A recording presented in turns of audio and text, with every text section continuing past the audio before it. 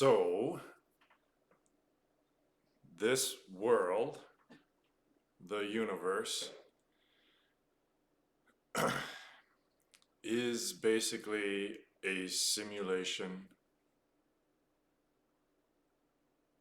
and we are building simulations within this simulation,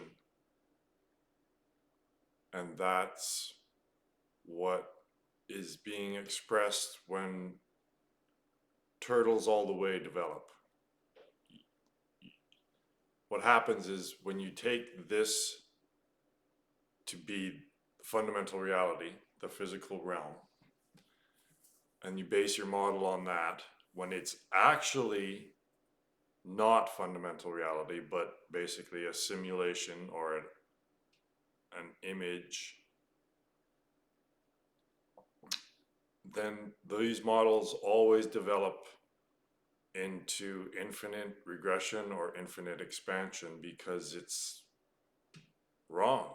You're adapting the wrong model when you assume that this is fundamental reality and you start your investigation with that. So this is why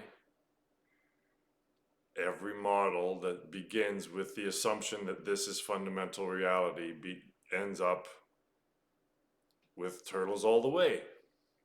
But they still keep trying, don't they? They just keep trying. And this is physicists, particle physicists. Sabine, I can't remember her last name, really popular on YouTube, said that, so there's a proposal. The people at CERN, the Large Hadron Collider, have made this proposal to build a bigger one. Imagine that.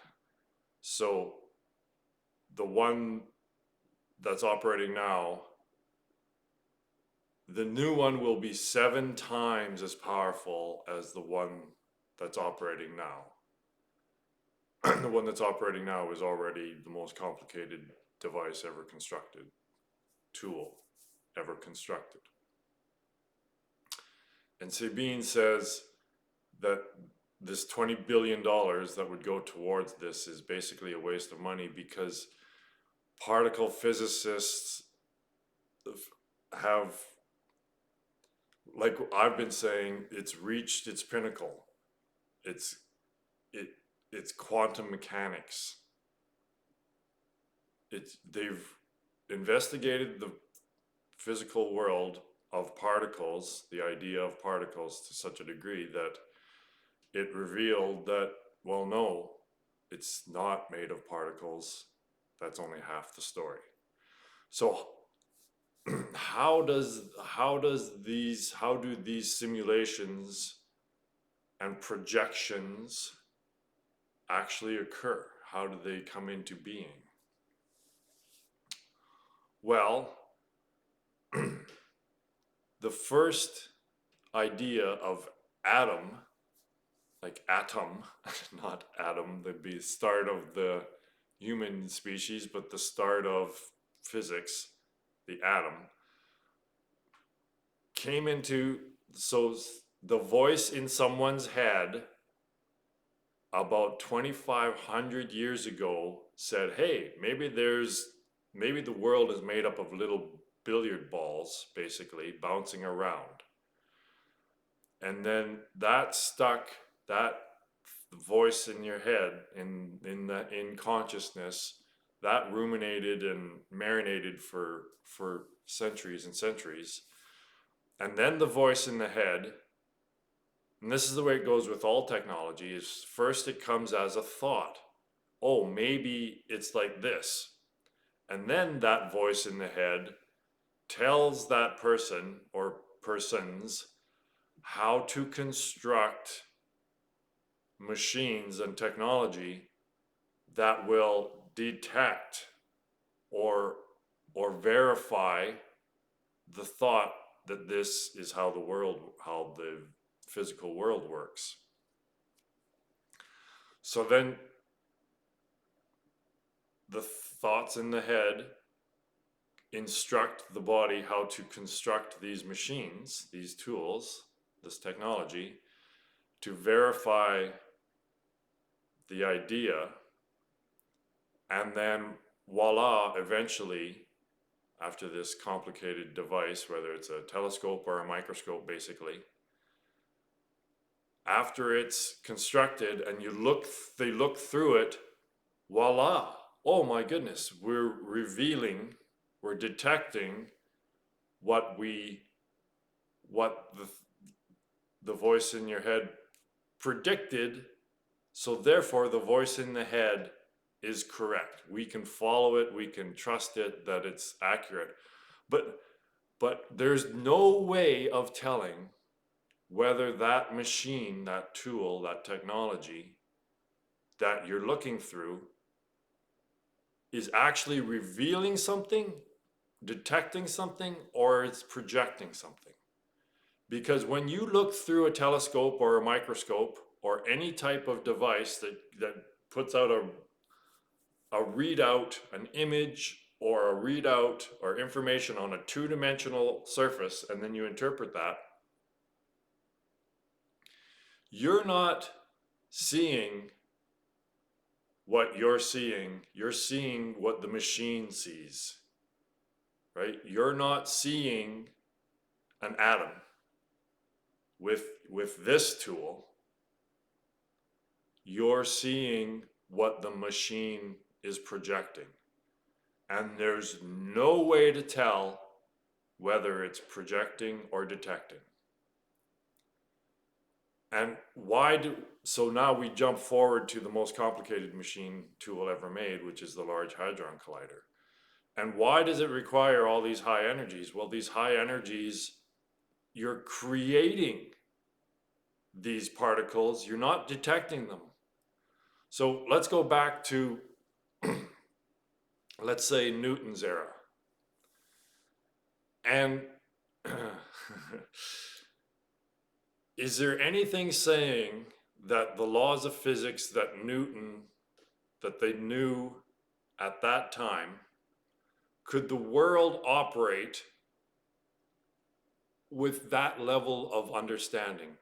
So the laws of physics during Newton's time are different than the laws of physics today. And the only reason why we need these laws, the only difference in the world, in the physical realm, between that understanding of Newton's day and this understanding is the technology that we have, right? So those laws, the laws of physics that we know today,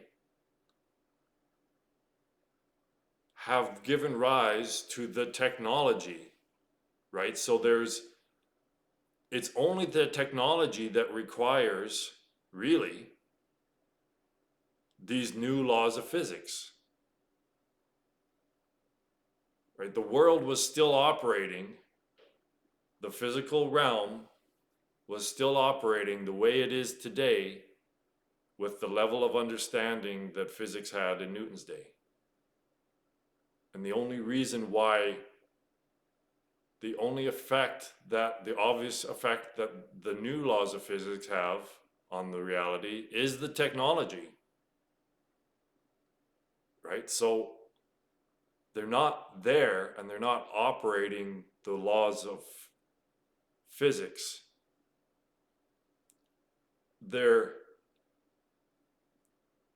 creating the technology that makes it appear as though the world operates the way that the thoughts in the head predicted they were going to. So you see what I mean? What I'm getting at here is that it's a self-enforced. How do these simulations come to be reality? But first of all, you have to realize that this isn't reality, that everything that's experienced is part of the simulation. All the thoughts, all the sensations, everything that's experienced is part of the simulation. So what's going to happen when if this new Large Hadron Collider is constructed and there's energies 7 times the power that's what being already developed with today's Large Hadron Collider. Well, apparently the universe could be said to be in a phase, right? We're in a certain phase, and then it could change like that. Instantly, we could have a phase transition, and the entire universe as we know it could just blink out of existence. So when when they conducted the first atomic bomb experiment, when they blew up the first atomic bomb, they figured there was a slim chance that it would cause a chain reaction, a nuclear chain reaction that would disintegrate the entire atmosphere and kill all life on Earth. But they went ahead with it anyway, and it didn't happen. But what happens maybe if these energies keep getting higher and higher and higher, and then we do create a black hole, and that sucks everything into it, and that would be what causes this phase transition. We cause it.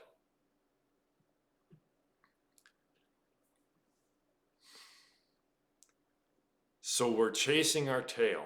Science is chasing its own tail, and it's growing the tail.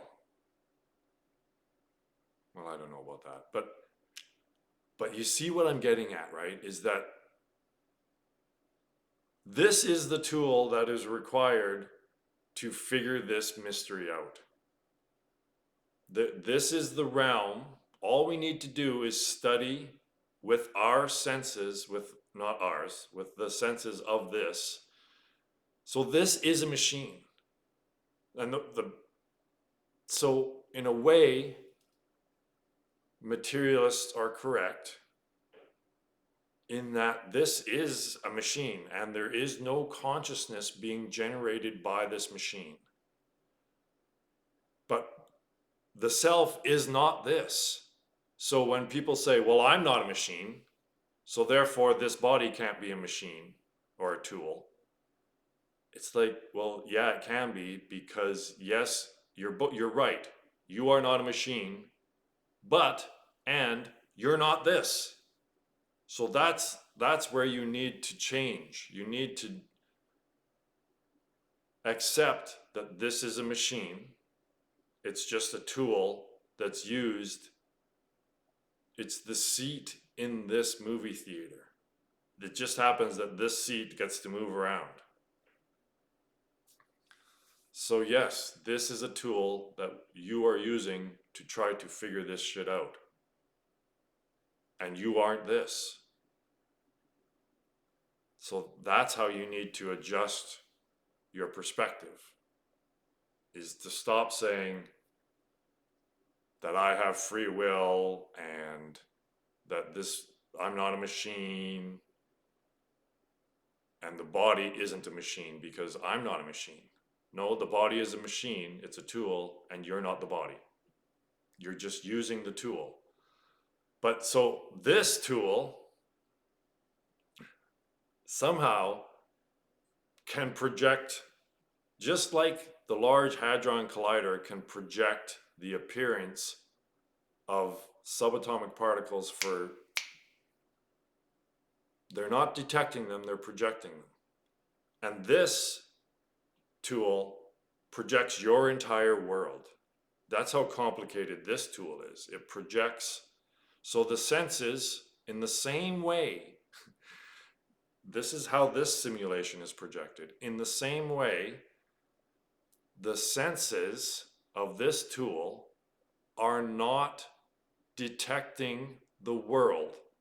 The senses are projecting the world. So if you just ruminate on that and just not listen to this video and just, oh, tuck it away, that was interesting, now I'm going to go back to the same study that I've always done, which is just just keeps this system going of simulation built on simulation built on simulation, turtles all the way. You're just developing a new turtle. Instead of doing that, concentrate on what I'm saying, just this one sentence, and how it affects your model and all of the models.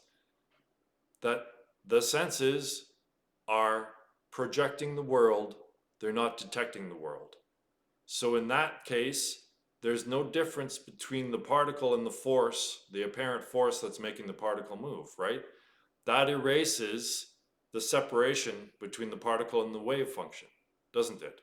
The particle and the force, right? Think about this, dwell on it, and then go in this direction rather than going in the same direction that everyone else has, that we always have the whole time, to get stuck in this fucking time loop. If we just keep doing the same fucking thing, what's going to happen? Well, we're just going to go around again and again and again and again and again, like groundhog species, until we get it right. So following the same path is just getting it wrong again. And we're going to end up going through hell again, because this technology that math has created is going in the wrong direction, exactly 180 degrees in the wrong direction. And it's going to kill all biological life on the planet. And maybe cause this entire, create a new simulation, which is what they're talking about, is the universe will go into a new phase, will experience a phase transition, and it'll be something completely different now, which is perhaps looking out of that camera and looking out of the camera instead of into it. That would be a major phase transition, wouldn't it? And this is what we're going through right now. It's all being revealed right now. It's happening before our eyes. And the way out of it is to stop the status quo, stop what everyone else is doing, and basically just stop. Stop thinking. That voice in the head that came up with atoms and then told the body how to design the tool, how to detect, project these atoms. This, you're following the voice in the head, and that is what is leading us into further delusion. It's this fundamental and this obvious if you're open and objective and not holding on to your ego and what you believe.